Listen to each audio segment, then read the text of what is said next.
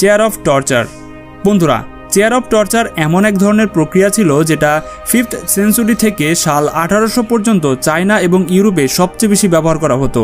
এই চেয়ারটি অপরাধীদের মুখ থেকে সত্য কথা বের করানোর জন্য ব্যবহার করা হতো, আবার কখনো কখনো মৃত্যুদণ্ড কার্যকর করার জন্য এই চেয়ার ব্যবহার করা হতো। যারা সাধারণত কালো জাদু, রেপ এবং খুন করে হাতে নাতে ধরা খেত তাদেরকে শাস্তিস্বরূপ এই চেয়ারে বসিয়ে মৃত্যুদণ্ড শাস্তি দেওয়া হতো। এই চেয়ারটি মূলত বানানো হয়েছে কাঠ দিয়ে, আর এটার সম্পূর্ণ দেহ জুড়ে তীক্ষ্ণ সুইয়ের মতো ধারালো 1500-র মতো কিল লাগানো রয়েছে। জোর জবরদস্তি করে অপরাধীদের এই চেয়ারে বসানো হতো আর তার অপরাধ স্বীকার করার জন্য ফোর্স করা হতো।